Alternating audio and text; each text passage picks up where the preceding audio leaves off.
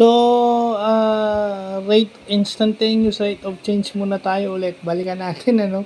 So, bakit? Kasi ito yung ito yung hinahanap ko. So, ngayon lang ako nakakita.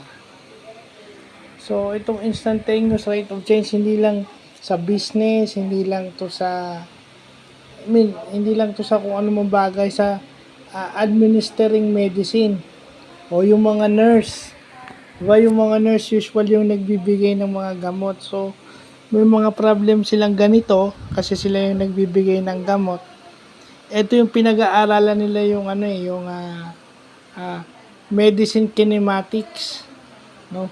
Yung negative sign is nagdi-decrease na yung epekto ng gamot.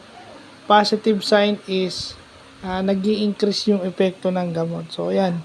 Ginagamit din pala ang differential calculus in administering medicines.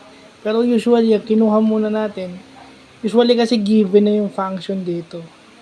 Meron pang isa, siguro by tomorrow or next week.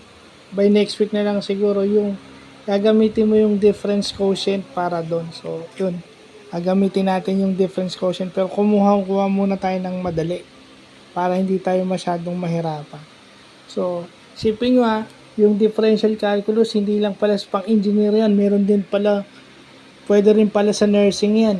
Kasi ginagamit na natin sa business yan. Yung mga profit and revenue functions. Diba? O ito, sa mga nurses naman. So, ang lawak ng differential calculus. So, mabutit na laman natin to.